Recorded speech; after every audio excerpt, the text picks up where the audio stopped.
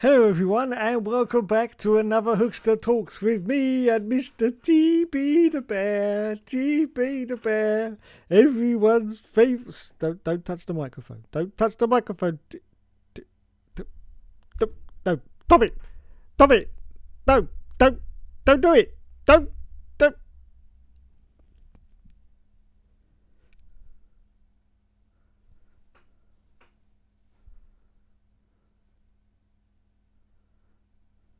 Unbelievable. Unbelievable. Let's put you down there, TB. There you go. Put my little mic thing back on there like that. Anyway, hello everyone and welcome back to another Hookster Talks live in your living rooms on a Thursday evening. As always, let's go to the chat straight away. Hello to Matthias. Hello, sir. Welcome. Plano Plessy. Hello, what's the stream? He says, congratulations to Charles Leclerc on winning the Italian Grand Prix. Yes, indeed. Congratulations to Charlie Boy. I was very surprised, but he did it, and well done. But he basically did it because the McLaren boys were tripping over their own cocks. Yes, basically. But well done indeed to Charles Leclerc for winning the Italian Grand Prix. Now, of course, one of the things we sort of forget about is that Ferrari are usually very good on low downfall setups, and they've got a very fast car on low downfall. So, we shouldn't have discounted them so much, and there was the result. Charles Leclerc won the race. Then we had the bizarre situation of Oscar's pastry. And then Lando Norris. Oh, what can we say about Lando Norris? What can we say? 2024 world champion, that's what I'm going to say. Yes, I know you all sound crazy, but it's doable. It's doable. Yes. Lando Norris will never win a world championship. Yeah, I think you're right there. But just imagine if it happens. I'll tell you, they'll be calling me F1 Jesus after that, I'll tell you, because my predictions will be just like, oh my goodness, they'll all be tuning in just to see my predictions. Yes. I know it's not going to happen, but it was a long shot. But it could. At least it's not like saying Logan Sargent's going to win, because he's not even in Formula 1 now, but at least it's not me saying that Logan Sargent would have won the championship. I mean, it's a doable thing. It's just needs a lot of work to actually get the job done. But don't forget, we've still got 3 sprint rounds as well, so that's going to add the points up. So who knows? Get Jeremy Kyle. Oops on the old. Yes, Jeremy Kyle. I was just looking at that on Sky News just before I came on air about that. They were all discussing it. I don't really understand what happened, to be honest, because I only caught like the tail end of it. All I know is something to do with lie detector tests. Well, unfortunately, that was always going to happen because lie detector tests are notoriously unreliable. They're not even allowed to be admissible in evidence in court, I do believe, is a lie detector test. Yes, because they are, as I say, notoriously unreliable. And in any walk of life, if you suddenly get news that you really don't want to hear, then consequences of that are going to happen, unfortunately, and that's what it looks like happened with the Jeremy Kyle debacle. Hello DGM99, he says, is Red Bull finished? I bloody well hope so. Oh, I like that. I bloody well hope so. Yes. Final Plenty says, a Ferrari strategy that actually paid off. Yes, one stop and they made it work. I have to say, they made it work. I mean, it's a very short circuit, even when you play it on the video games. When I do 50% races, it's like 38 minutes and it's all done. So, if you're doing a full race distance, then I don't know how long it took because I only get the highlights. As far as I'm concerned, every race is only 40 minutes long. But yeah, I don't know how long the actual race length is, but I know it's not very long. I think it's only about 1 hour 25 or something like that.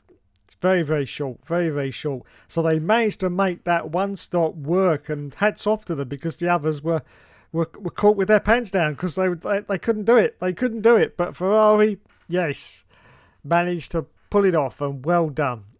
Well done indeed. Oh, the look on Doris's face after the race. Oh, yes. Oh, yes. Yes, yes, yes. Plana says, I saw the Jeremy Kyle thing and nothing more I can say except I regret watching it. Well, I wouldn't regret watching it. I used to watch it myself. It was essential viewing back in the day. It just sort of goes back to what I've said before about never trusting, entirely who you're watching or supporting or whatever, because you never know what's going on behind the scenes. Now, of course, this was nothing to do with Jeremy Kyle. It was just a tragic, from what I can see, incident that occurred during his show. But, as I say, it was inevitable that it was going to happen eventually if you basically base most of your show on a lie detector test, which, as I say, is not admissible as evidence at all. And so it was going to happen. But as I say, I used to watch it as well. Because I used to repeat it on ITV, I think, about 3 o'clock in the morning, which is when I'm usually about. So, yeah, I used to watch it. I didn't used to watch it when it was first shown, but, yeah, I used to watch reruns of it. And, yeah, it was essential viewing. It was definitely in the Jerry Springer territory. I mean, Jerry Springer, I used to love that show. I really did back in the day. Yes, Jerry. Absolutely loved it. As far as I can understand, Jerry Springer didn't have much scandal. I know he had that prostitute, but is that really a scandal? Not really, no.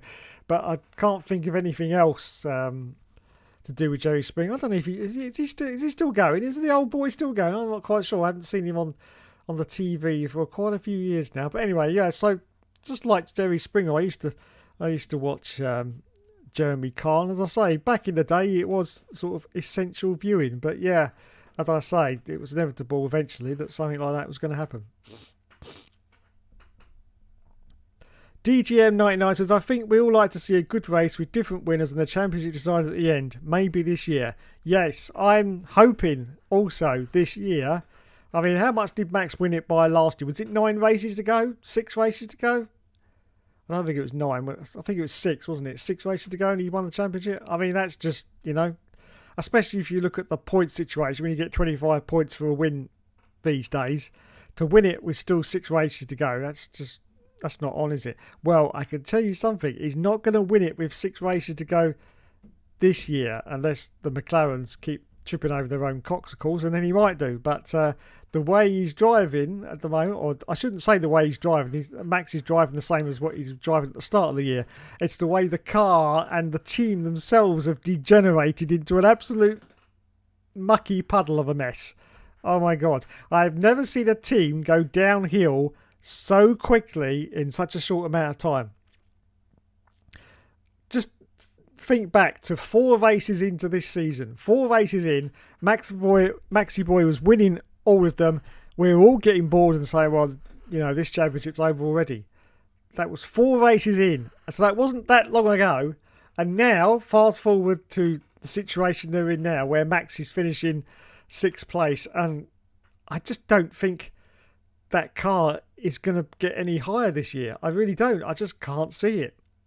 And so let's just talk about the second part of what I put in the thumbnail, which is Red Bull finish. Now, this is the fear that I've got for Red Bull, and that is next year.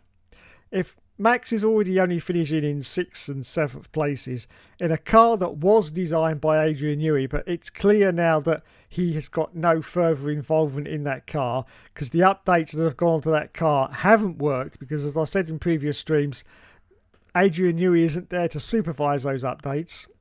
So, they are basically, other people are putting updates on a car that was designed by someone else. So that's very, very difficult to do.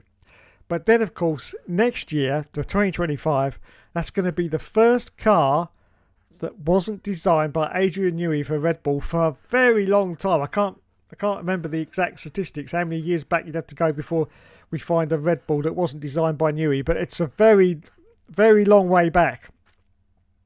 So if they're finishing 5th and 6th and 7th now, what are they going to be doing next year with a completely, brand new car with no Adrian Newey influence whatsoever?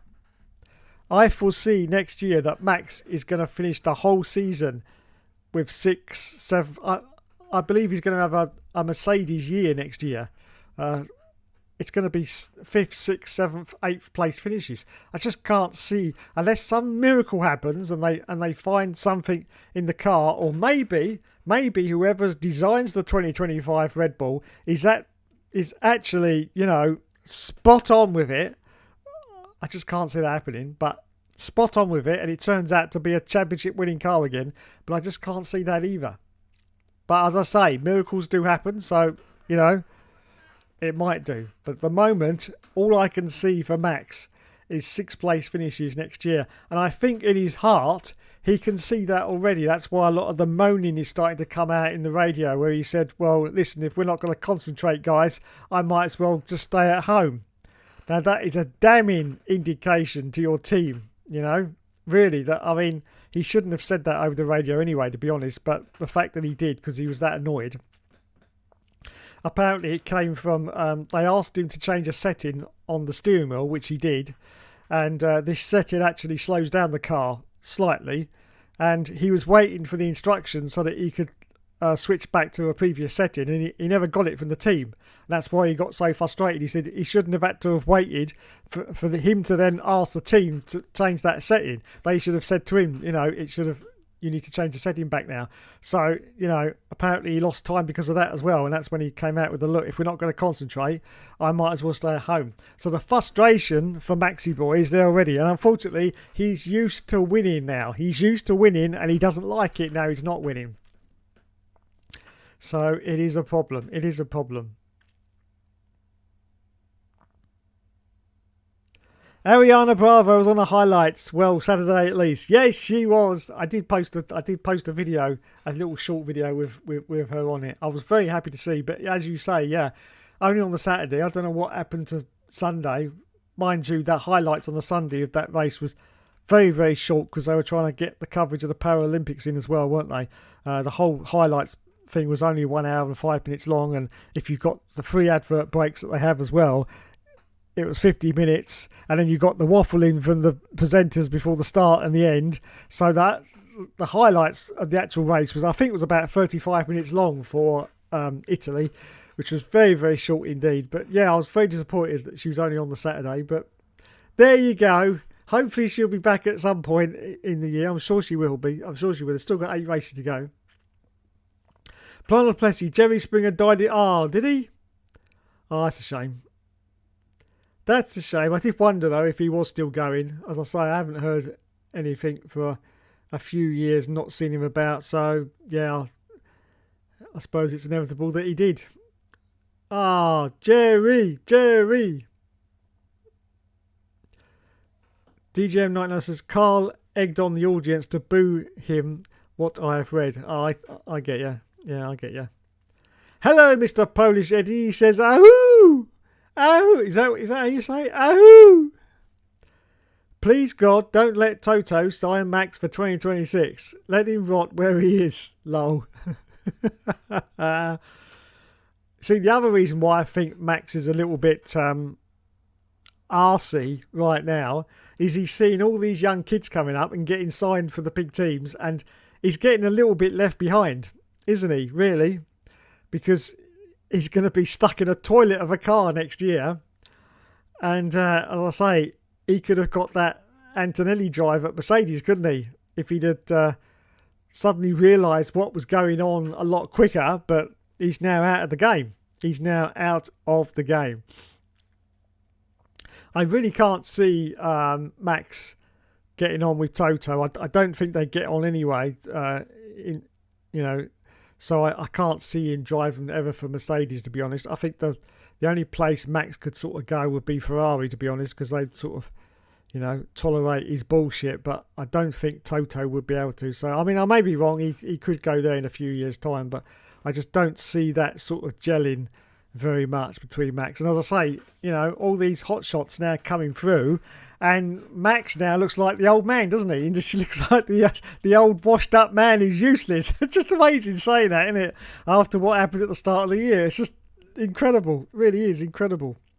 Absolutely incredible. But yeah, so we're going to have quite a few new people on the grid next year, which is going to be great. I think I said at the start of the year something about there was 14 drivers out of contract for 20 after this year. So yeah, it was a right old merry-go-round. And now of course we got Oliver Bearman, we got Antonelli, we've already got Cola Pinto, but unfortunately he will be gone at the end of the year at Williams. And so it's just great to see these hotshot drivers coming through. I think it's going to be a very exciting year next year. We might get some nice crashes because obviously these rookies are going to be very green in Formula One. So it's going to be great to see. But as I say, yeah, Max he's starting to look like the old guy now, which I don't think he ever expected that to happen so quickly. But yeah, there you go. I see Max as too disruptive. Yeah, I think he is. I think he is very disruptive because it's Max Verstappen's way or the highway, really, isn't it? He doesn't accept any sort of compromises. It has to be done his way. I'm pretty sure that's the reason why Red Bull have kept on Sergio Perez, to be honest, because they didn't want to rock the apple cart and have someone that could challenge Max for this last half of the season. So they just kept on Sergio Perez because they knew he wouldn't be a threat to him, because he really isn't, is he? Let's face it. So yeah, I think that's why he did it. But yes, Maxi boy, troubling times at Red Bull. From what I just keep reading all the time in the popular F1 press, is that Red Bull were just hemorrhaging apart from the inside. They really are. There's lots of stuff that you never get to hear as well. There's so much going on behind the scenes at Red Bull right now. It's Adrian Newey going. It's just total chaos.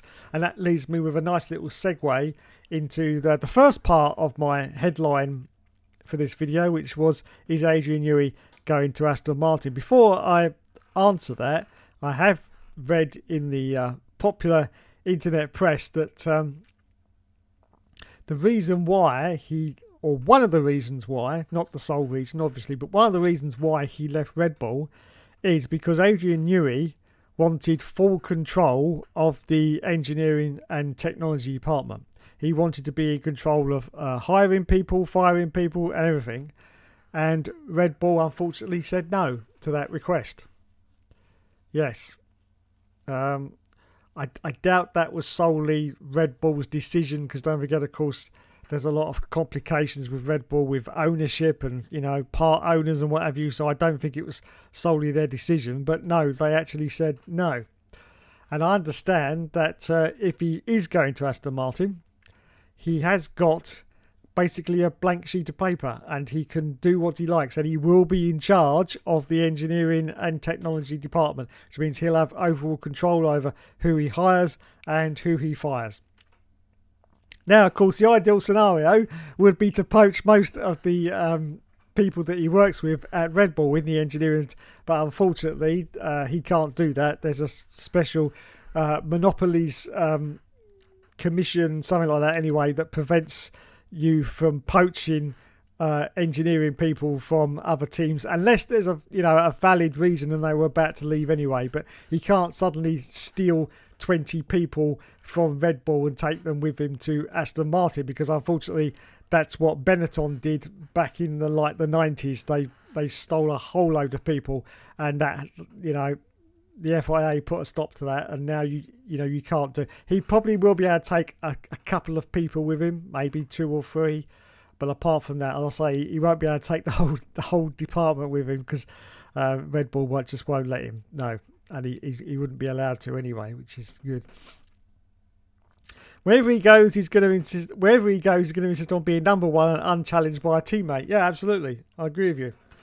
I agree with you entirely. Wherever he goes, he will be unchallenged. Right, so let's just have a look at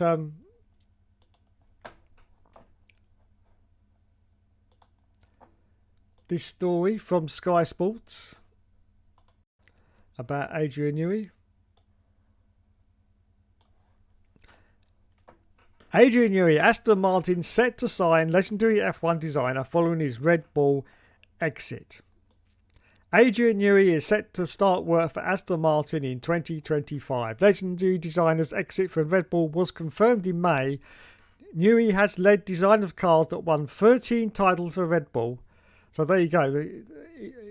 he's had 13 cars then that he's designed for Red Bull since he joined in 2006. So there you go. The only Red Bull that wasn't designed by Adrian Newey was it the 2005? They were in the...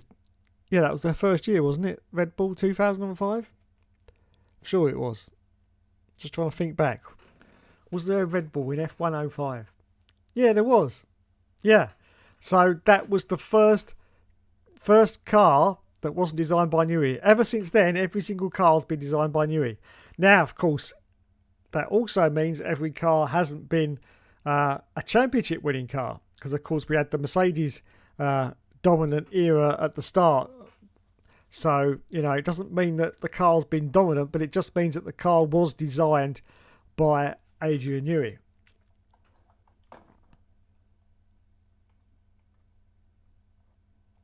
The 65-year-old. Now, here's another thing. He's 65 years old. So basically, he's okay for retirement right now. But obviously, he's decided he wants to go a little bit more. Now, here's the problem. If he joined a big team like, say, Ferrari, which the rumours were that he was going to go to Ferrari, they would have put a lot of pressure on Adrian for results right away. They would have wanted results straight away. And, it's obvious this is his, pre-retirement deal because he's not going to do anything else after this. He's definitely going to retire because he's 65 years old now. So I think going to Aston Martin is the best thing that could happen. If I was Adrian Newey, I would sign with Aston Martin because, as I say, he's been given completely free rein of the technical department. It's his to do what he wants. And that means he can slowly improve and build on this Aston Martin car without the hyper. Now, obviously, you've still got Lawrence Stroll, the boss, and he's going to want results. But let's face it. Whatever Adrian Newey does in 2025 to the Aston Martin, it's going to be a massive improvement from what it's doing right now. Let's face it. So he's already going to be, in Lawrence Stroll's good books just purely by making the car faster. And just think if Adrian can give Fernando Alonso a championship winning car. Oh my God. Just think how insufferable Fernando Alonso will be once more. In a good way. I have a lot of respect for Fernando Alonso. A lot of people say, he's really difficult to work with. I understand that. He probably is. He's probably a complete pain in the arse. But, he's not there to make friends. He's there to do a job, and that's get, the car as close up the grid as he can. And over the years, he has proved that, he's definitely got the skill. Now, unfortunately, the one thing that's against Fernando Alonso is the age.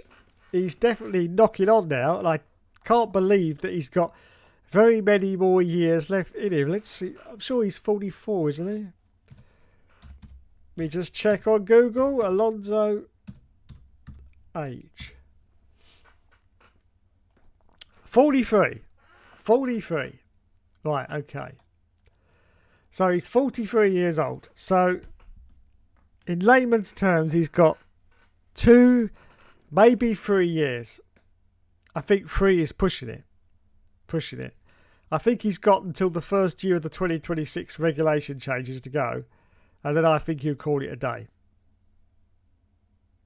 Definitely. But, so he's got next year and he's got the year after. Possibly his last 2 years in Formula 1. And just imagine if Adrian Newey gives him a great car. Oh my God. Because I would love to see Aston Martin fighting with all the others. And just think if that happened and all the others managed to close the gap and Red Bull started to drop down again, we'd have a Aston, Ferrari, Red Bull, Mercedes fight for the points, fight for the wins. And oh my God, next year could be absolutely fantastic. It probably won't be, but I'm just saying next year could be fantastic if that happens. It really could, because they'll all be up there on a level playing field, all the top teams anyway, and hopefully Aston Martin as well. I don't know if that's going to happen, but if Adrian Newey joins, there's a good chance. I don't think it's going to be a championship winning car in the first year. I don't think that's possible. But if he could just, because I mean, don't forget they were doing very well, very well. They dropped off this year massively, but they can come back again. And with Newey in the technical department, he could really do a great job there at Aston Martin. The 65-year-old's exit for the role as Chief Technical Officer at Red Bull was confirmed in May after an apparent breakdown in his relationship with team principal Christian Horner. Now, I still maintain to this day that all the problems at Red Bull started with the Christian Horner, Holygate, whatever you want to call it, blowing his load on an aeroplane on WhatsApp, whatever you want to call it. I still say that's when all this started to happen. And I believe that's when Adrian Newey said, right, I'm out of here. So with that in mind, that probably means that something did happen. It's just that they didn't pursue it at all. But I'm pretty sure something did happen. But anyway, that's all in the past now.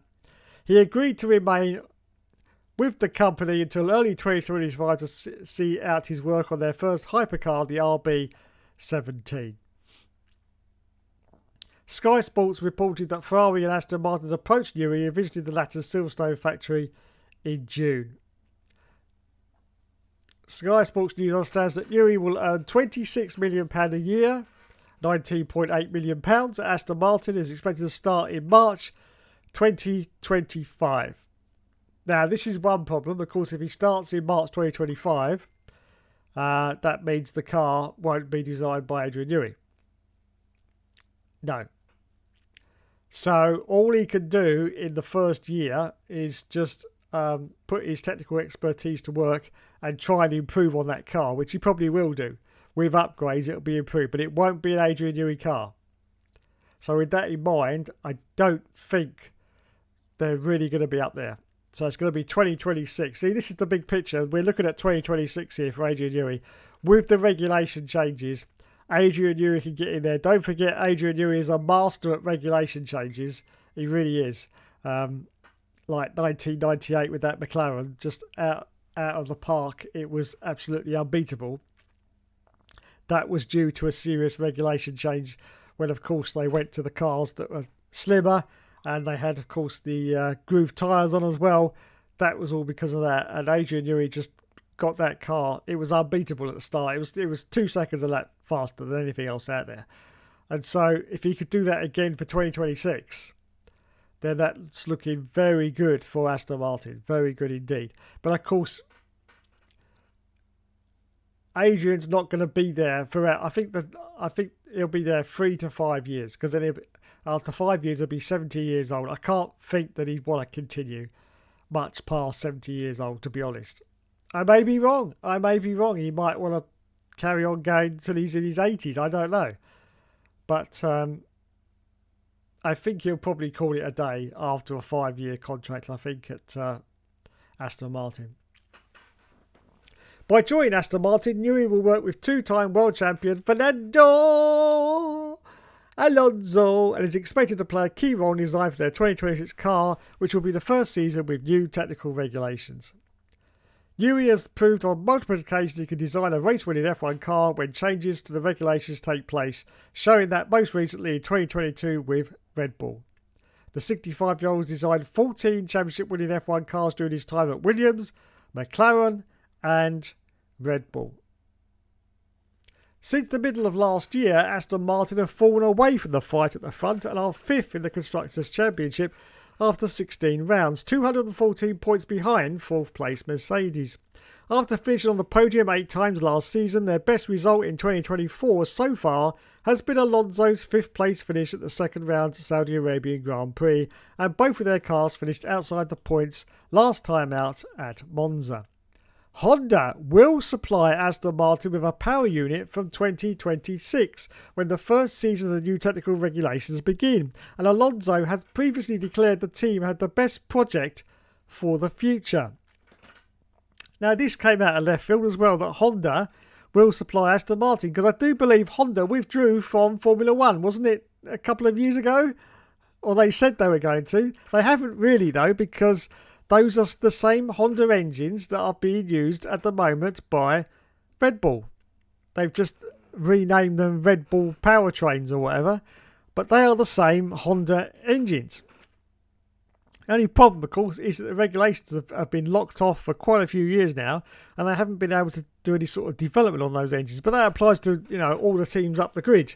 They haven't been able to do any development either. It'll be 2026 when these new engines come in, because they will definitely be new engines, because there's one part of the engine being removed. I think it's the MGU K, or is it the H? It's one of those two anyway. That's going to be removed. There's going to be a reduction in horsepower. It's going to be a gravity-fed engine as opposed to fuel injection. So it's going to go back to the old days of the carburetor. No, not really. It's just going to be gravity-fed instead of directly fed fuel. And some people are saying the cars are going to be 5 seconds a lap slower during 2026, which, is going to be something to watch out for, definitely.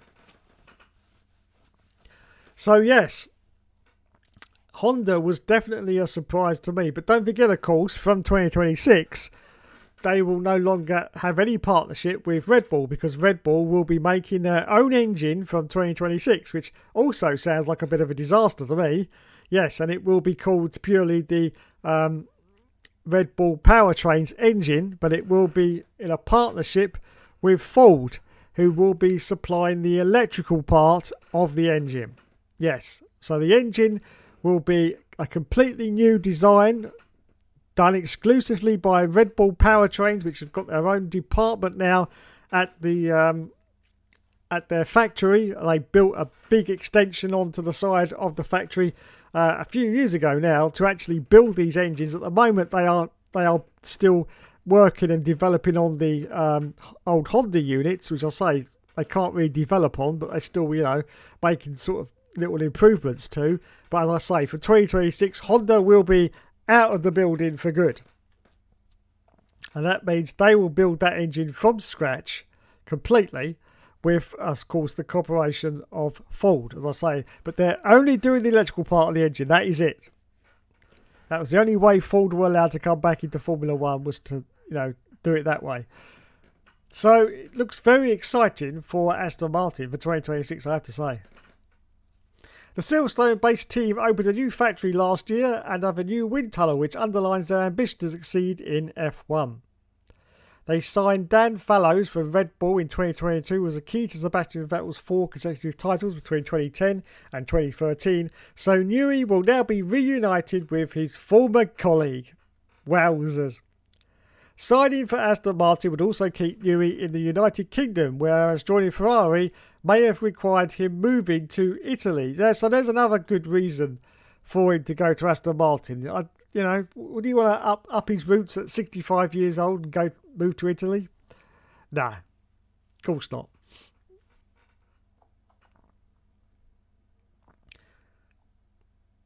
So, talking on the Sky Sports F1 podcast last month, Ted Kravis analysed why Aston Martin would be an attractive option for NEWEY. He said, if you look at the investment that's already happened at Aston Martin, you look at their factory, he's already got Dan Fallows, who he worked with successfully at Red Bull, to be there with him. I would imagine he would definitely have talked to Dan Fallows and asked, what is the place I'm coming to? What's it like? I asked Dan Fallows about it in Hungary, actually, whether he'd be happy with NEWEY joining him. Fallows said, what you have to understand is that Adrian is relentless, unstoppable Formula One competitor, and I would be amazed if he didn't join another team, and I would certainly welcome working with Adrian again at Aston Martin. We've all had discussions with various people at Aston Martin about what you can offer someone like NEWEY, and you can say, just come in, be a figurehead, sprinkle your magic dust. That sounds rude, doesn't it? Sprinkle your magic dust here and there, put our people on the right path, and we think we've got the ability to do the rest with Fallows and the team that are already there. So there you go. It's looking pretty decent. Pretty decent for Adrian Newey. Let's go back to the chat. Plumper says Lance Stroll will be world champion next year. Yes, indeed. Lol, Plynel. Where's that person who comes in here and criticises Lando? Yes, where is that person? Where is that? Oh, wait a minute. There he is. There he is. I'd laugh if we are told he's retiring. I would laugh as well. Yes, definitely. Yes, Honda just can't seem to make up their mind. In, out, shake it all about, do the hokey coke. Yes, no, you're right. They can't seem to make up their minds. They definitely announced that they would leave in Formula 1 a few years ago, didn't they? I remember that. I definitely remember that. They said, yeah, we're gone. I remember. Yes, but they never really went anywhere because they're still using the Honda engine at Red Bull, as I say. There he is, everyone. There he is. Let's give a belated clap to the late boy. Yes, he's finally turned up. We better show him TB, his favourite bear. TB the bear, TB the bear, TB the bear. There you go, that was for you, Will. Hello, Will. Good evening, Hookster. Good evening. I'm seriously impressed with both McLaren drivers and both Mercedes drivers this year. Yes, me too. Norris will never win a championship. Yes. Bring the calls back. Calls. Ring Josh. No. Russell to Audi in 2026. You heard it here first. You could be right. You could be right. Hungry ERL. No. It's also the birthday of legendary driver Takia NEWEY. He's 61 years old. Wowzers. Takia NEWEY. Hokey cokey. Seriously unimpressed. Hello, TB. Yes, we've said hello. We've said hello. There you go. There you go. Also, where is the other chap who usually comes in and does the quiz? Because if he's not going to be here, I can't do the quiz. Because no one else does the quiz apart from him. In fact, last week, it was just him doing the quiz. And believe it or not, he won it. Yes, he won it. Absolutely. He won it. Completely. Anyway. Takia NEWEY, what a career he had. Yes. Ring the moaning Yorkshireman. No, he never answers. It's Thursday. He's out clubbing with his little Oasis hat on, you know, going... Today's gonna be the day when I send it all back to you. Today's gonna be the day when I finally get my Chevrolet Matiz going too.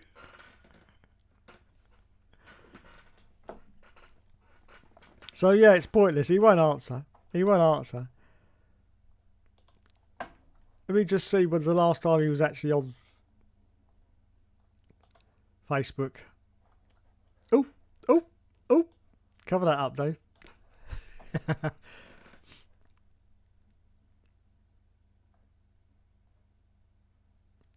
Nah, he's not there.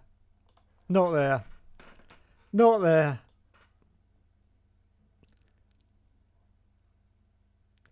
So he's probably at some kind of harvest festival right now, living in a tent. Just do it. Get Liam Gallagher on the All Seasons. Yes. Yes. Ring Josh. Get Noel Gallagher on the All Seasons. Yes. Absolutely. Absolutely. Do it, man. Do it. Today's gonna be Takia NEWEY. Wowzers.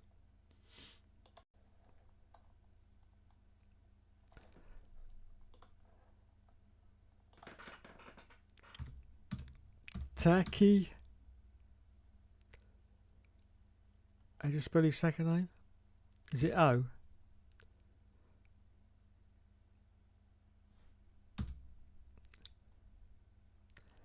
Hang on.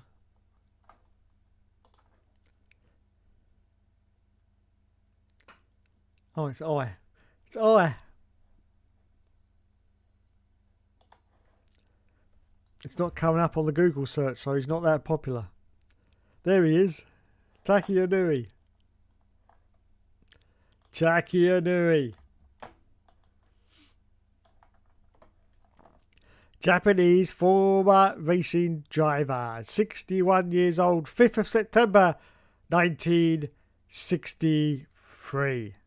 Talking about dates, tomorrow we have a video on the channel. I know it's a Friday, but there's a reason why it's on the channel, and if anyone is very good with dates, you will know what the video will be about. Yes. Anyway, let's continue. Takia NEWEY.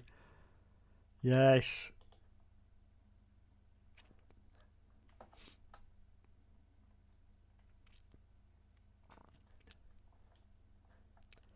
Taki and NEWEY. Where's the bit where you hit the marshal? I did see it on the thing before I got here. No, it's not there. Let me go backwards then. Because there it is, look. Taki and NEWEY and the safety car. Let's just go to that. Because this is probably his classic moment. Not many people become famous simply for being run over, but it is one of them. Yes. There's Taki and NEWEY.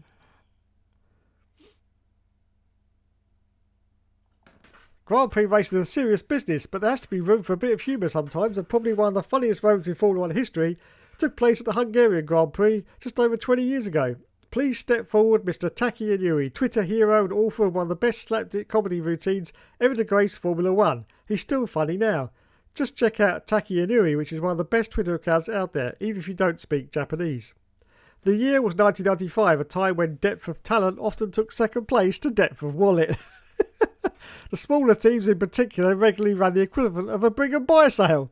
Bring us some cash and buy a drive, on a race-by-race basis if you like. As a result, some of them got through more drivers than your average haulage company. One of those high-speed journeymen was Taki and NEWEY, a man who even was quite slow. Yukio Katayama once described as rubbish. Taki himself was the first to agree, reflecting on his Grand Prix career in the following way. You never need to ask who was the worst Formula 1 driver ever. It was definitely me. Throughout his 18 races for Simtech and Footwork in 94 and 95, he only finished 5 times, the best result being 8th in Italy 1995. However, it was in Hungary where NEWEY pulled off the best stunt of his memorable career. Having qualified in the brilliant, for him, 20th place, his race soon came to an end when the engine of his Footwork Arrows died on lap 14. No surprise there, he pulled off at the side of the road and jumped out, but there was a delay in the marshals getting some fire extinguishers onto the steaming car. NEWEY ran towards the barriers to help, and that's when the trouble started. Absorbed in his task, he failed to notice an ironically named rescue car racing towards the steaming arrows. The inevitable happened, and the unfortunate NEWEY was sent flying, injuring his leg, but not badly enough to prevent him from taking part in the next Grand Prix, where he finished a brave 12th. Bang! Someone hit me very hard, remembered the Japanese driver, recalled the moment he was stricken by what appeared to be a Moskov, whatever that is, a Moskovich. A truly ignominious fate for a driver at the cutting edge of motorsport. But I landed on my feet. Perfect landing, I think. 9.9 marks out of 10. Unbelievably, NEWEY already had form for this sort of thing. It was actually the second time he had been hit by a safety car that year. During free practice at the 1995 Monaco Grand Prix, he somehow managed to come together with the safety car, leaving him concussed. For his own good, the Japanese driver's F1 career thankfully came to an end when the season finished.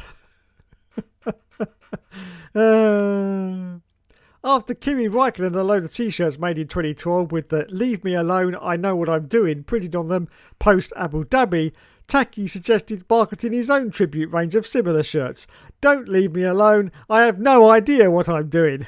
In his own way, NEWEY was truly touched by greatness. Yes, indeed, and it sounds it as well. Fantastic, love it. And there is the picture, once again, of Taki and NEWEY getting hit by the, open brackets, safety car. Fantastic. And what a piece of crap that car was as well. Oh my God. You always knew the bad cars because they were plastered in sponsors. Absolutely. They just got as many sponsors. Remember the Jordan, that was Eddie Jordan said, admitted he just put as many sponsors as he could get on the car. He said there was no room for any other sponsors. It was full of them. And all of the not very well-to-do teams back in the day are just plastered with sponsors. I mean, look at them. Look. Everywhere. Unimart. What else we got? Hype, Lati, Cecil. Hype on the back as well. It's just everywhere you could put, there was sponsors on the car.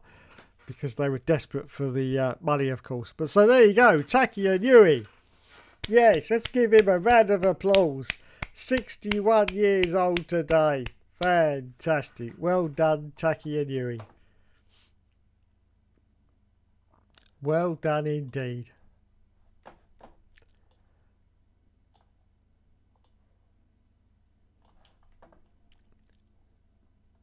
Valtteri Bottas is now 22nd in the championship. It's a win for Taki and NEWEY. Loved the livery on his footwork. Yeah, it was a nice livery. Plastered in sponsors, but it was a nice livery. Russell has been a flop, yes.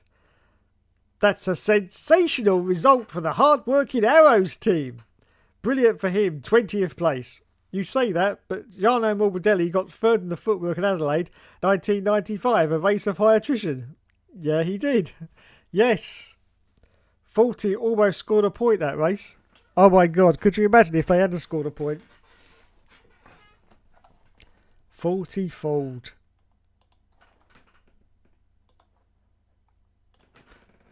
Always remember these from the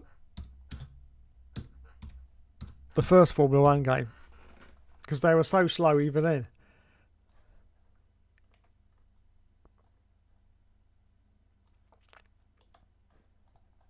Here it is. I understand, I don't know if that's right or not, but I understand it was 7 seconds a lap slower than the fastest car in 1995. That's what I've heard anyway. I don't know whether that's true or not. It sounds true, to be honest. The 40FG01, also designated 40FG01-95, was a Formula 1 car, only just, for the 1995 season. It was the first car made by 40.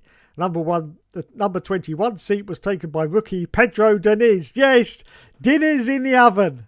Who remembers that line? Dinner's in the oven, when his car blew up. And the number 22 seat was taken by veteran Roberto Moreno. The team never employed a test driver. Well, that says a lot. The engine was a Ford EDD 3-litre V8. The team's main sponsor was Parmalat. The FG01 also noted to be the last F1 car to sport a conventional manual gearbox plus a H-pattern shifter, and was the only car to use one on the grid. And it was built in Italy.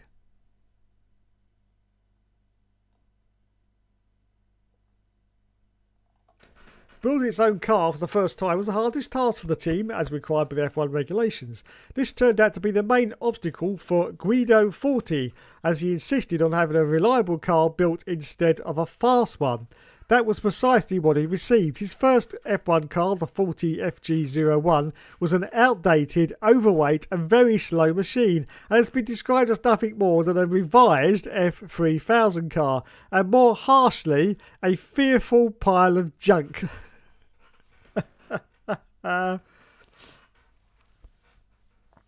The FG01 had many influences, its roots dating back to 1991, when former Brabham designer Rindland left the British team before the season ended. Rindland set up I can't say that, in Tolworth, England, hiring several of his former collaborators from Brabham when the team closed its doors. Brabham sold the building and wind tunnel at Chessington to Yamaha. Facilities at that word I still can't say, rented to develop the new Fondmetal GR02, which was designed and built by June 1992, just 6 months after it was commissioned by Gabriel Rumi. Wowzers. It simply wasn't efficient, and we had to restart it. This is talking about the 40 Ford. We took off more than 60 kilograms from the first version to the last, and by Silverstone we were on the minimum weight limit. Wowzers. During the year we also had to I can't say that word either. No, the nose and side pods. Developed the semi-automatic gearbox, which was worth about half a second a lap, and redesigned the monocoque, not in terms of shape, but in terms of the layup of the skins. So there you go. The famous, the infamous 40 Ford. And as you can see, the results speak for themselves. 22 races, no wins, no poles, no fastest laps. No, because it was a toilet. was a toilet. Yes. And it also competed halfway through the 1996 season. No, not even half. Quarter of the way through the 96 season as well. Yes. And in Brazil, they both got disqualified. No, sorry, the first round was Australia. They both got disqualified. Brazil, 11th for Luca Badoa, and the other one retired. A retirement for Luca Badoa in Argentina, and 10th for Antwerp. Disqualified again at the European Grand Prix. And it looks like only one of them competed in the next Grand Prix, and they were disqualified. And then after that, it's completely blank. So I'm presuming that's when they obviously went bust and there was no more races. So a very sad engine. A very sad ending, not engine. A very sad ending to the 40 Ford car, as you can see. Now, this is the genius. Just look at the name. Look, for 1995, it was the FG01. So for 1996, they went, what should we call this one? Well, let's call it the FG01B. Yeah, B. B for bollocks. Yes. The Ford Z-Tech engine. Wowzers. Wowzers. So there it is, everyone. The infamous 40 Ford.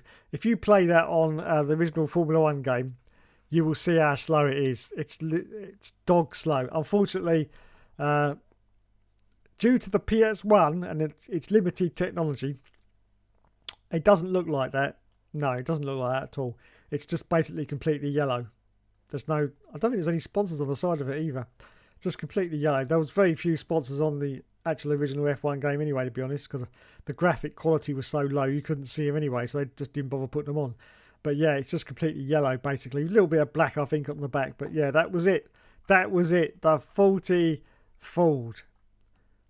Not the worst car ever designed. I think that probably goes to the MasterCard, doesn't it? Was it Lola MasterCard? I can't remember. I doubt if I could spell as well. MasterCard. Is that it? Here it is. MasterCard Lola. I think this is probably the worst car that was ever designed by man. The MasterCard Lola Formula 1 racing team, often known as MasterCard Lola or simply Lola. This is starting to look like the Red Bull Visa Cash App, isn't it, really? Was a British Formula 1 team that contested only one race in the 1997. So yes, definitely. It beats the Lola, it beats the 40 hands down. It beats them. Yes, because they only did one race. One race in the 1997 Formula 1 Championship. It quickly withdrew from the sport after failing to qualify on its debut at the Australian Grand Prix, where the cars were more than 11 seconds off the pace in qualifying. 11. Now that just tells you. 11 seconds. Wowzers.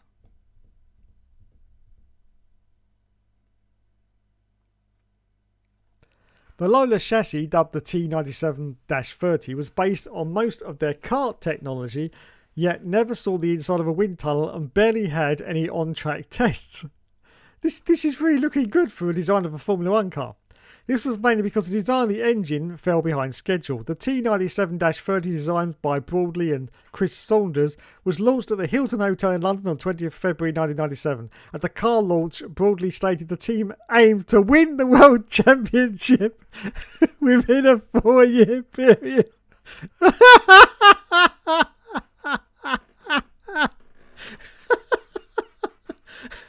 That's worse than Craig Pillock saying that about the BAR. I mean, at least BAR went on to be semi-successful, but that has got to be the best piece of bullshit I've ever heard in all my life. They aim to win the World Championship within a 4-year period. Oh, you can't be serious.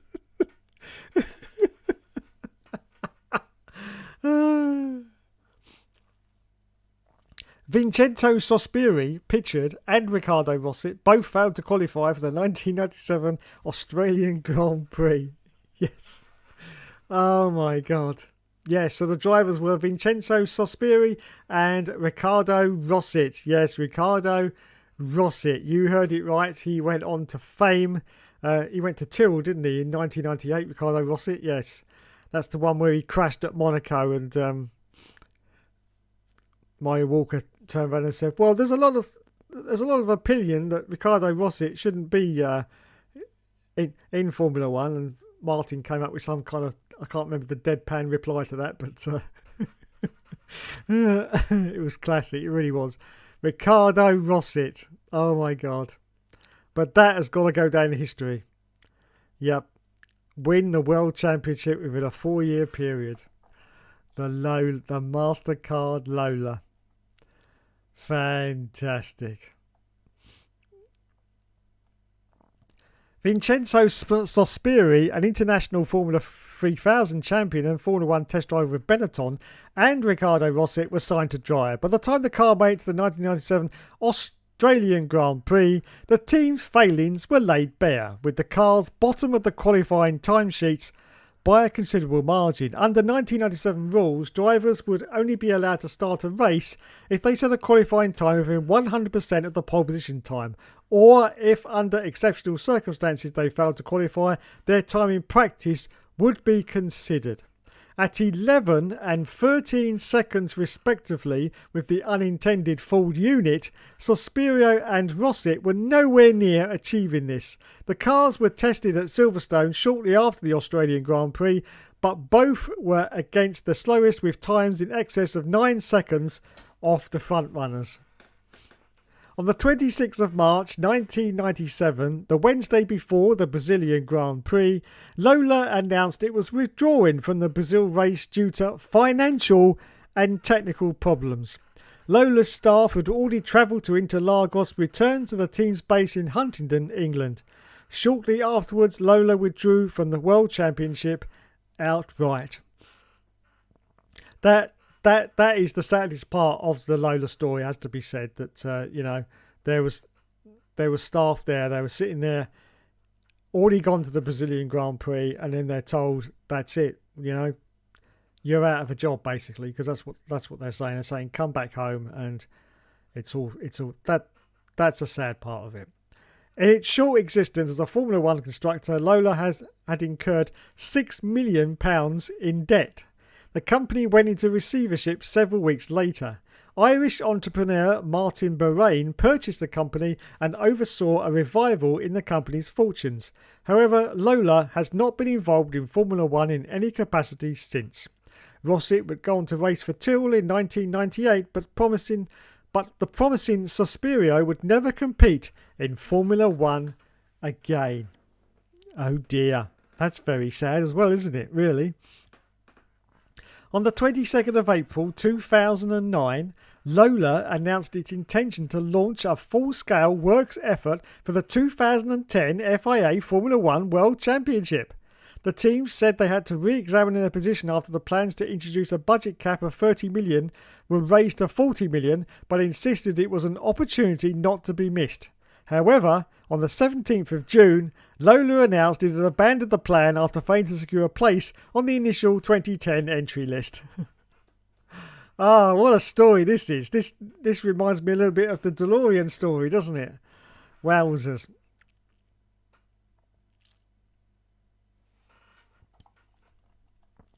In a 2021 interview with motorsport website The Race, the former MasterCard Lola driver Vincenzo Sospiri said the following when talking about his brief experience of Formula One with the team, including about how he was not informed in advance of the team's withdrawal from the second round of the 1997 season at the Brazilian Grand Prix, and later the rest of the 1997 season. Vincenzo says, like many drivers, my dream was to become a Formula One driver. We did everything we could with the budget we had, and we never had enough money to be fair. That was always the target, and finally seeing the dream being realised was an incredible feeling, even though the reality was not what was promised on paper. I had the opportunity to stay with Benetton for 1997 as a test driver, but I wanted a race seat, and I had this offer from Lola backer MasterCard to sign for 4 seasons. I was optimistic about 1997 and what Lola was delivering, because back then Lola was a historic name, the #1 brand in motorsport, and they decided to go into F1 as a team. So I thought it was very promising. They showed me a piece of paper. They had this sponsor, and this sponsor had a lot of backing. They told me that the first year would be hard because we went in with a very old engine. It was a Ford V8 engine, and they didn't want to invest so much money before the rule changes in 1998. So everything on paper was brilliant. We did a test at Silverstone where my car caught fire as I came out of the pits. It just caught fire. So I couldn't do the rest of the day. And then the day after, I only managed about 9 laps, just out laps and in laps. Teammate Ricardo Rossi did about 20 or 30 laps the first day and another 20 or 30 laps on the second day. So we really didn't know the car at all. So I couldn't do the rest of the day. And then the day after, I only managed about 9 laps, just out laps and in laps. Oh, they've repeated that. But it was okay. We knew the situation. We knew that it would be hard the first year, that the car hadn't been built with any wind tunnel. I mean, that just sounds crazy, doesn't it? You build a car with no wind tunnel. I mean, I know they did used to do that, but wowzers. We all knew the car wasn't brilliant, but it was no problem because we had to learn all these things as a racing driver. I was planning to be better for the second year. We knew we weren't competitive, but we didn't know it would be that bad. The car's pace was probably the same or a little bit worse than a Formula 3000 car, but I didn't care. I accepted it as part of the learning process. I didn't expect the dream to be over by the second round. There was a lot of pressure from the sponsors, so they decided to bring everything forward. That's what they told me anyway. They didn't have time to do it correctly, and by doing everything 1 year early, that's probably what caused the project to fail. The deals with the sponsors were also not closed properly, and then everything just went bust. I didn't even know the team was closing down until I read about it in the newspapers. We had the car out in front of the garage on Wednesday morning. I thought for a big conference to present the car for the future and so on. It was a horrible way to find out. I didn't even get a phone call. Wowzers. Oh my god. There you go. The infamous Lola MasterCard. Fantastic. Oh dear. There you go.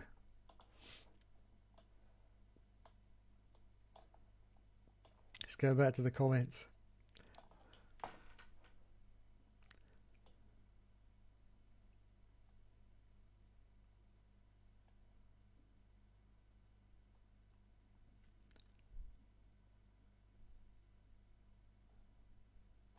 Taki Inouye is a better driver than... Yes, Bradley Walsh is a better driver. Really? Faulty had a lot of money, but the car was rubbish. Then by the time they improved somewhat, they ran out of money. I like that.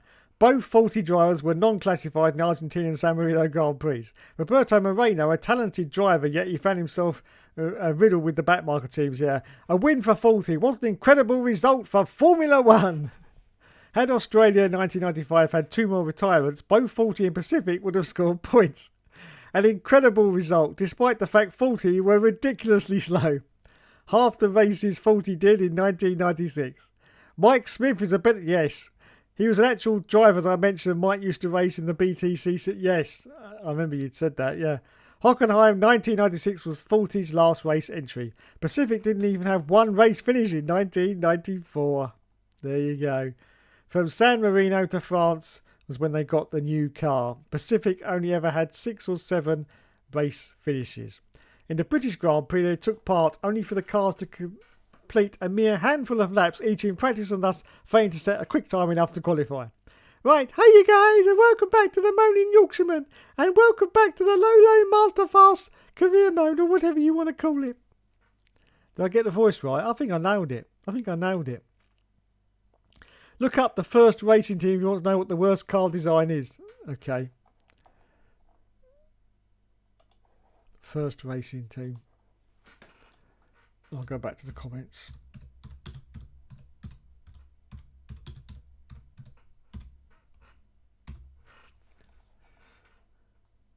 go to that in a moment.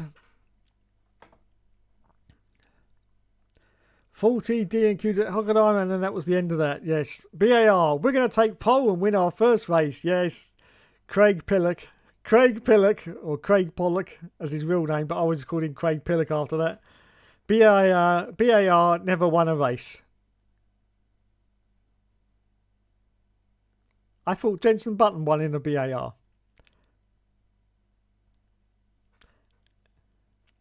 You can't fault Lola for this. They wanted to enter F1 in 1998, but when MasterCard signed on, they rushed them and they entered in 1997.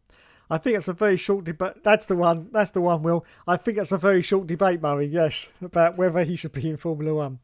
Josh's F1 2020 Lola career mode was all scripted. Yes, it was. Yes, it was. I'll let you into a little exclusive about that as well, okay? Because he did actually contact me and tell me about this, okay? He got halfway through that season and the save corrupted. Yeah, you remember the days when you're doing career mode seasons on the F1 games and the save just corrupts and there's nothing you can do about it. So he had to start again. Yes, he had to start again. So what he did was he caught up with all the races before. I think he was about halfway through. He caught up with all the races, doing 5 lappers, and then just continued it from that point. But he didn't say anything to anyone. So if you look very closely, you'll see that the points situation after the halfway point is completely different, because obviously, you know, he can't manipulate the points, just the races. And so yeah, the points they're all different. But he never said anything. No. Roasted. I have to say though, that did happen to me once. F1 2016 all seasons career mode, and I did exactly the same thing. Season 2 save got corrupted, which was very, very common on 2016. Save got corrupted, so I had to start them all again, and I basically just did 5 lap races, got to the end, and I just continued it, and I didn't say anything.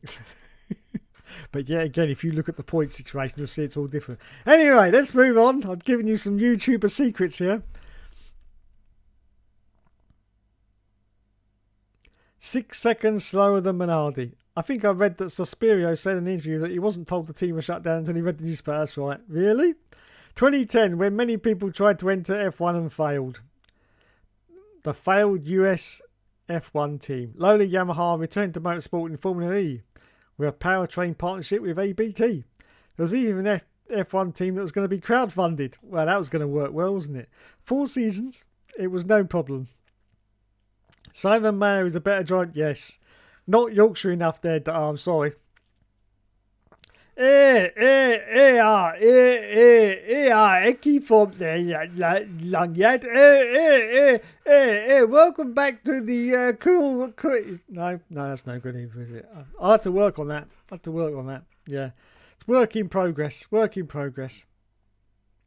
Mark Goodyear is a better. Yes. Get Craig Pollock on the all seasons. BR never won a race, but Button had that excellent season in 2004. Oh, I thought Button. What was Button driving when he won that race then? In 2004. What was he? I thought he was driving the BAR. I'm confused. I may be wrong. I'm very, very old.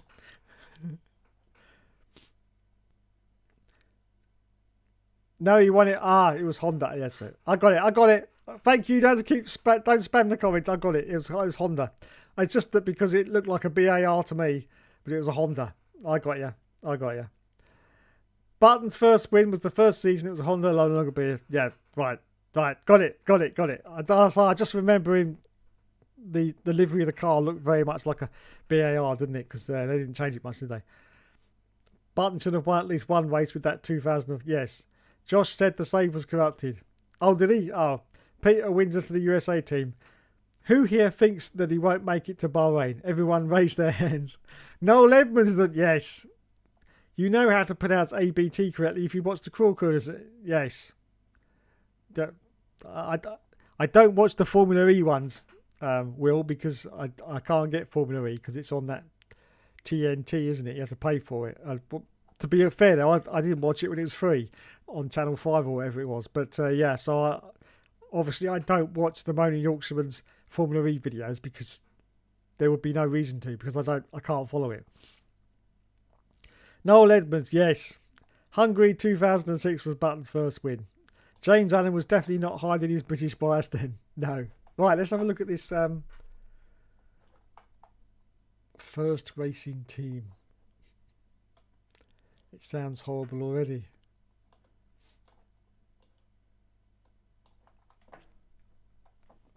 First Racing, sometimes written as First Racing, was an Italian motor racing team founded by Lamberto Leoni, which competed in International Formula 3 from 87 to 91 and the Italian Formula 3 Championship in 1990. Wow, this sounds good. This sounds good. Let's have a look at the results. Oh. Oh. Wow, that's some good drivers, though, didn't they? Jean-Denis Delatraz. Yes. I remember Jean-Denis Delatraz. Yes. Pierluigi Martini. Yes, I remember him as well. Gabriele Tarquini. Gabriele Tarquini. Who can forget Gabriele Tarquini? Absolute monster he was. Absolute monster. I think he did better in his career on touring cars, to be honest, didn't he? But yes. The team also made an unsuccessful attempt to enter Formula 1 in 1989. Right, here we go. This is what we're obviously talking about, isn't it? Formula 1. Right. Buoyed by the promising results accomplished during his first Formula 3000 season, Leoni commissioned Richard Davalli to design a car for entry into the 1989 Formula 1 Championship. The team opted to use a Judd V8 engine. Oh dear. Oh dear. Now, unfortunately, if you remember Williams, I think, was it the 88 season? They had to use Judd engines because they fell out with their engine supplier. Was it Renault? Can't remember. But yeah, and terrible year for Williams until they switched back again. Terrible year. But anyway, yes, the Judd V8 engine. Gabriele Tarquini was signed to drive after a run at the 1989 Attilio... Yes, in Bologna and the Formula 1 Indoor Trophy, the team realised that the chassis was poorly manufactured due to a temperature mistake in the autoclave. What the hell? With the result that a second chassis had to be recommissioned. Having concluded that the delay would cost the team a penalty for missing the first two races of the season, Devalia and the engineers tried to reinforce the chassis with injections of a material called Redus 410NA. I've heard of that. I don't know where I've heard of that, but I've heard of that. Although the car passed the mandatory FIA pre-season crash test at Cranfield, it was now significantly overweight. Well, I can imagine it was if you inject a load of crap inside it. Devalia himself claimed that the car as it was good for nothing but being an interesting flower pot.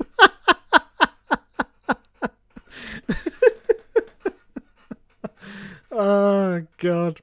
Faced with the perspective of racing an uncompetitive car in a packed field, the 1989 Formula 1 World Championship counted over 40 participants with pre-qualifying sessions. He only decided to withdraw before the opening Brazilian Grand Prix and concentrate his efforts on the Formula 3000 season. The second chassis, commissioned by Leoni, would be later purchased by Antonio Vita and used in the 1990 Formula 1 World Championship for his Life L1190. So there you go. Another failed attempt at Formula 1. Let's see if I can see what year that was. That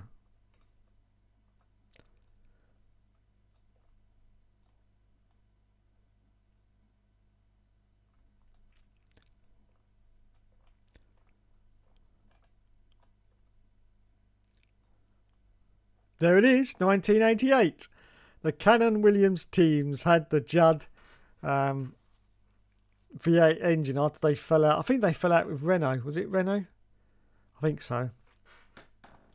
But here is the wonderful results for the 88 season using the Judd engine. It was an absolute... Look, Nigel Mansell, retired.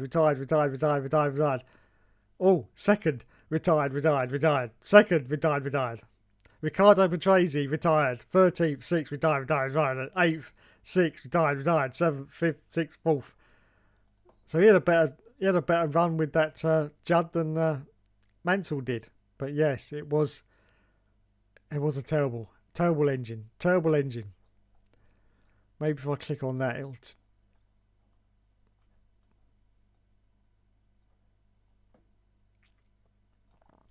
Okay, here we go. And its original guys featured the Judd. It was an unsuccessful wins after 2 years domination with the FW12's predecessor, the 11 and the 11B, through the use of the V6 Honda turbo engine. So that's it. I think they fell out with Honda. And so they withdrew and they had to use the Judge only for 1 year. And then they came back with, I don't know where they come back with.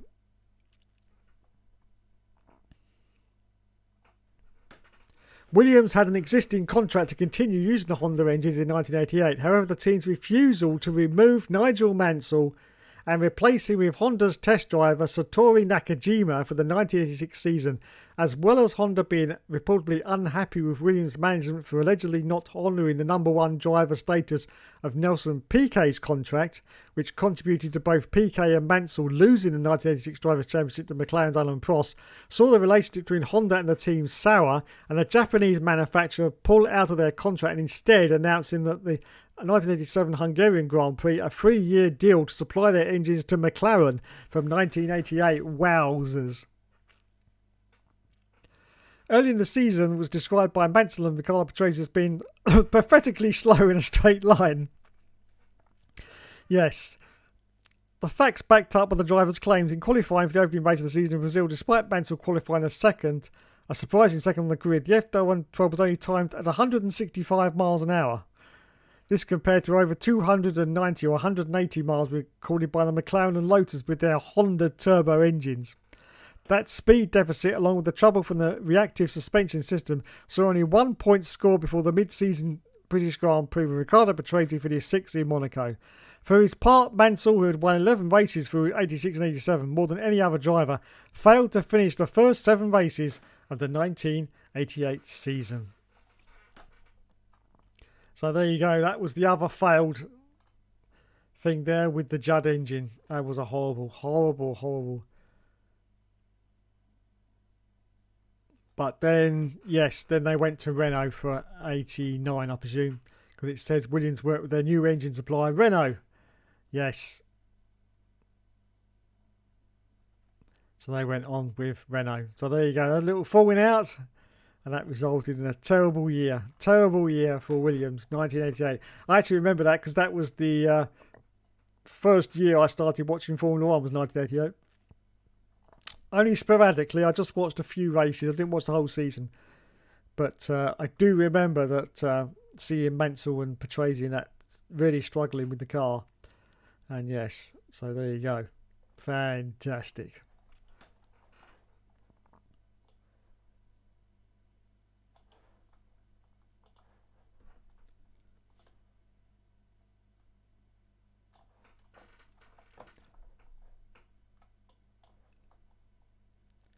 Formula E on TNT, whether they'll sack the presenter or not. Yes, get Jermaine yes.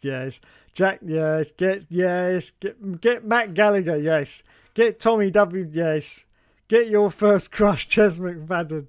Get your second crush, Hannah Atkinson. Get Kieran Oakes on the All Seasons. Get Dave, oh yes.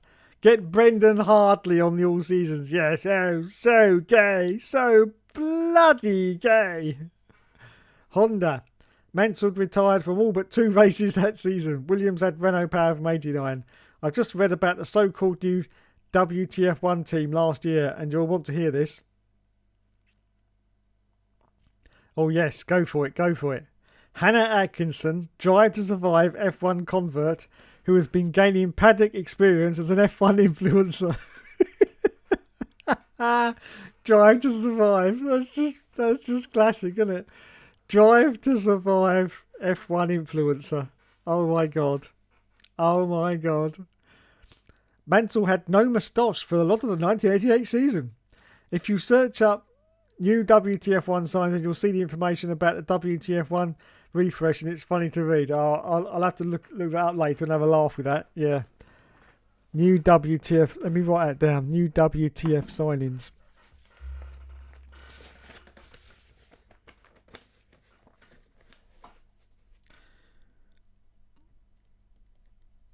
New WTF1 signings. I'll have a look at that later and see what it's all about. Poor old WTF1. I mean, it's just not doing anything now. They're just not doing a thing. All they're doing is uploading short videos.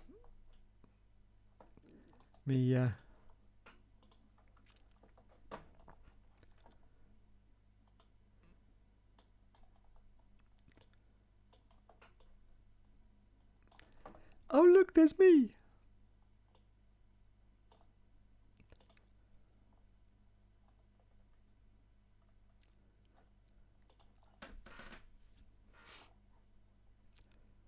See, they haven't done long form videos since 3 months ago. 3 months ago. Because the views were getting like ridiculous anyway. I mean, don't forget, 1.4 million subscribers. And look at the views. Look, they've got 27k for the last video, but that's purely because people are just going on the video and saying, are we going to get another video sometime this year, mate? Are we? Are we going to? That's all it is. That's just people. That's what everyone does when you get a last video and nothing else appears for a long time. You just get swaves of people going on there and saying, "Oi, are you going to do another video?" But before that, you can see the views are just 8.6, 4.4. This is a 1.4 million subscriber channel. 4.4. So they just completely gave up.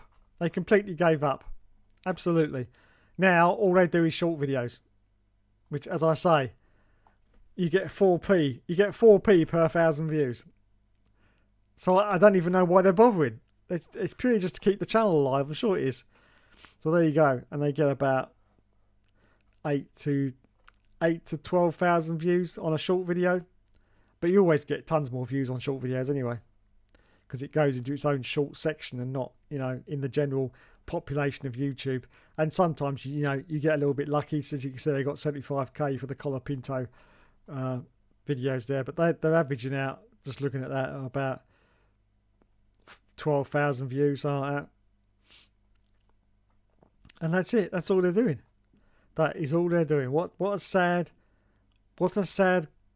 come down for such a great channel back in the day. Just doing short videos.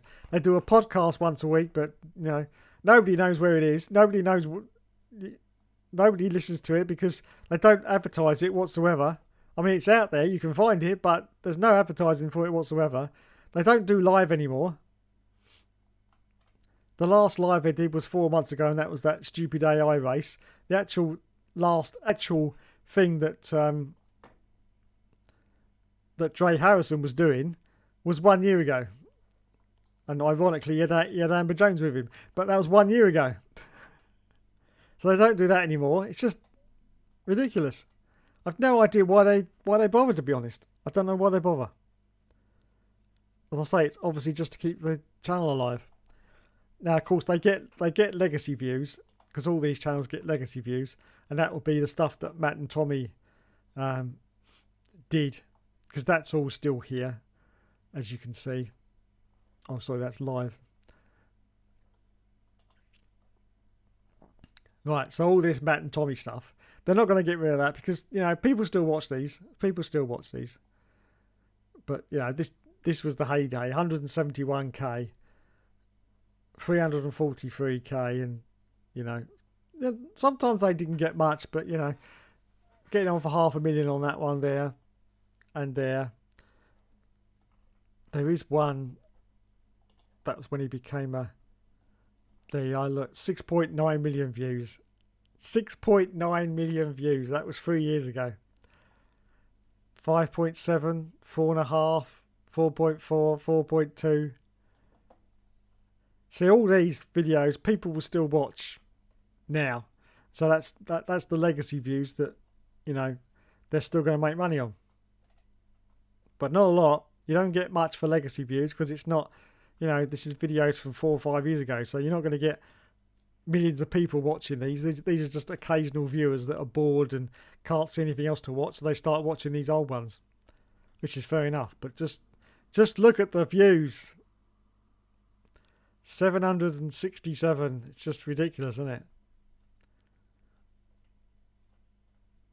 Absolutely ridiculous. So from an average of,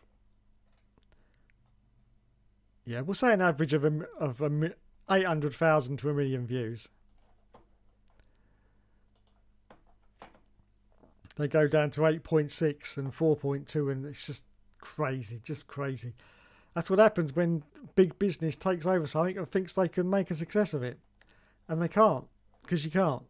You can't get rid of the two people that made it a success and think it's going to carry on as a success. Everyone went, what? What? Very sad demise. Very sad demise. Just thought I'd look at my notifications while I was here. Anyway, how long have I been waffling for? Bloody hell, hour and a half.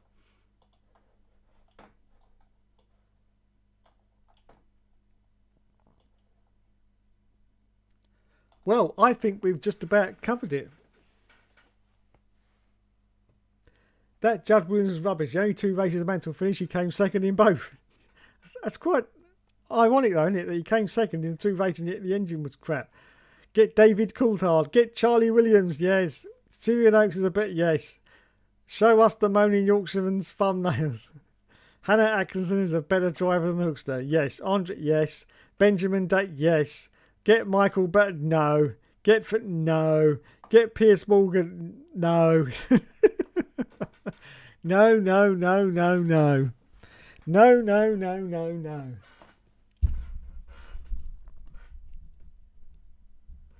No, no, no, no, no.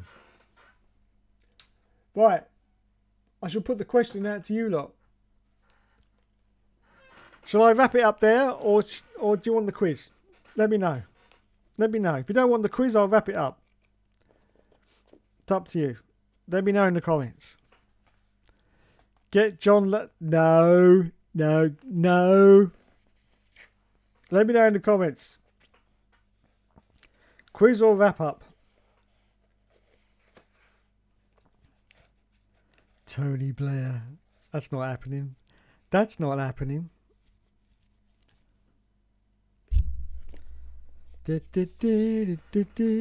Hello? Anyone want the quiz? Yes or no in the comments? Otherwise I'll wrap it up.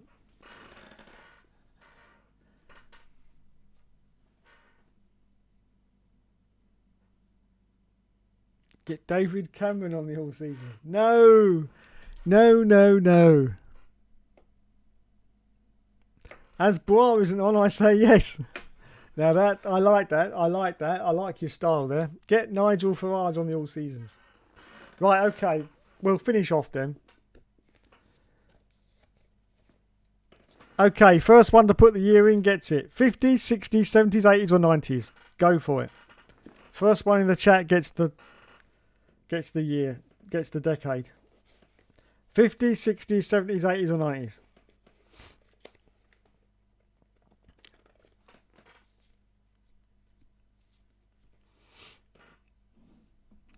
La la la la la la.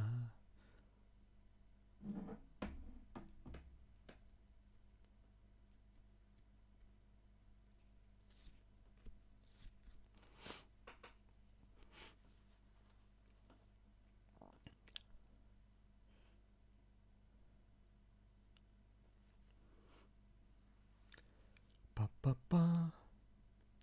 We shall do the 80s. There you go then. First in the chat with the answer, 215 for the 80s.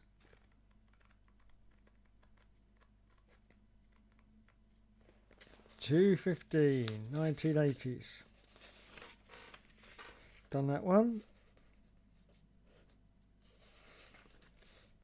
Let's go forward a few pages just in case I've done some of these.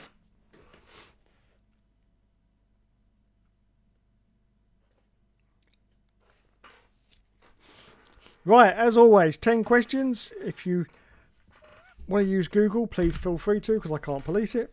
I'm going to put Lionel Plessy down and Will.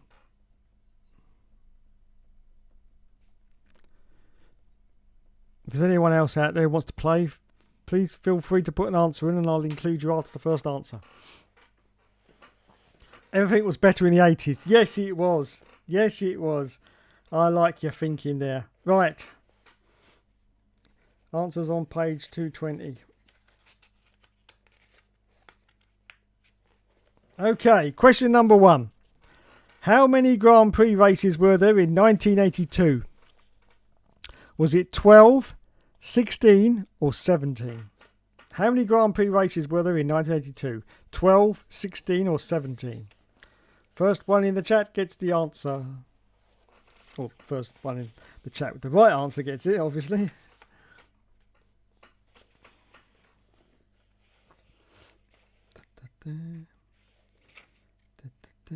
Ooh.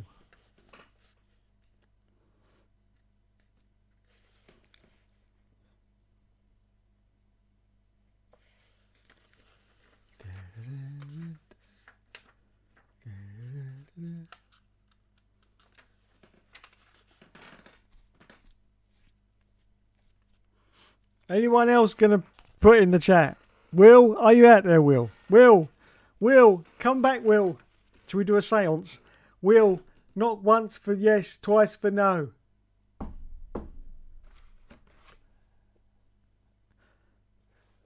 don't think he's there. I don't think he's there.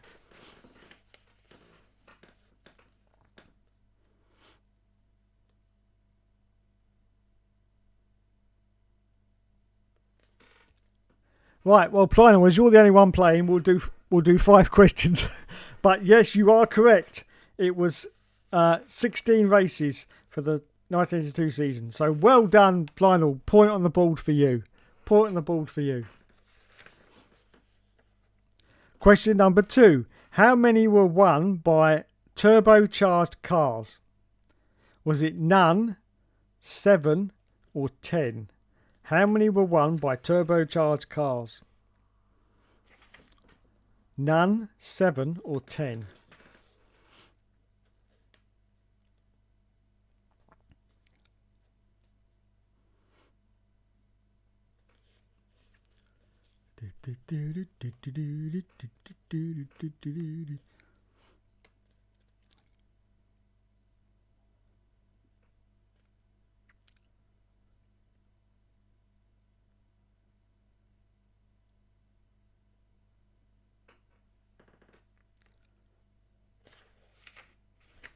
Seven is the correct answer. Another point for Plino Plessy. Well done. Yes, the crowd goes wild.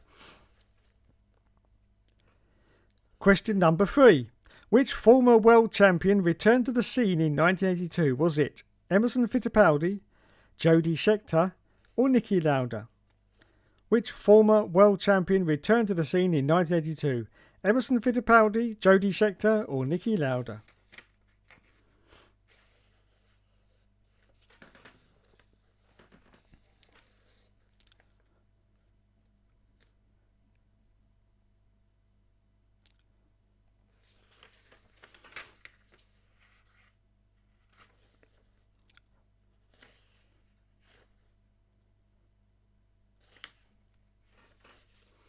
Niki Lauda, yes! Another point for Plino. Right. Question number 4. Don't worry, I'm only going to do 5. Question number 4. With which team? Was it Ferrari, Lotus or McLaren? Which team did Niki Lauda return to? Was it Ferrari, Lotus or McLaren?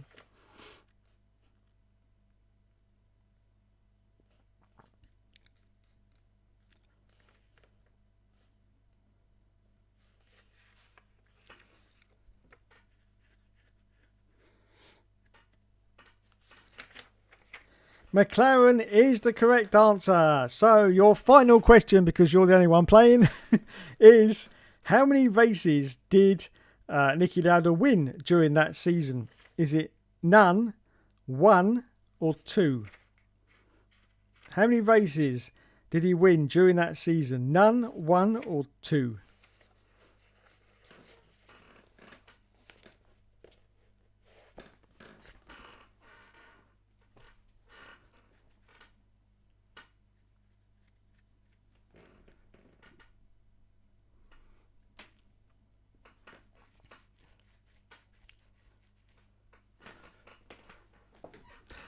Two is the correct answer. Yes. 1, 2, 3, 5. out of 5. You are the winner of the quiz. Will gets nothing because he's not even here. He's probably fallen asleep by now. So, yes, no points for Will. But, yes, congratulations. Lionel Plessy is the winner of tonight's quiz. Fantastic. Okay, I'd just like to say thank you so much for everyone joining me tonight for the stream. Thanks to Lionel Plessy for still being here towards the end. Thanks to Will F1 as well, who's obviously fallen asleep.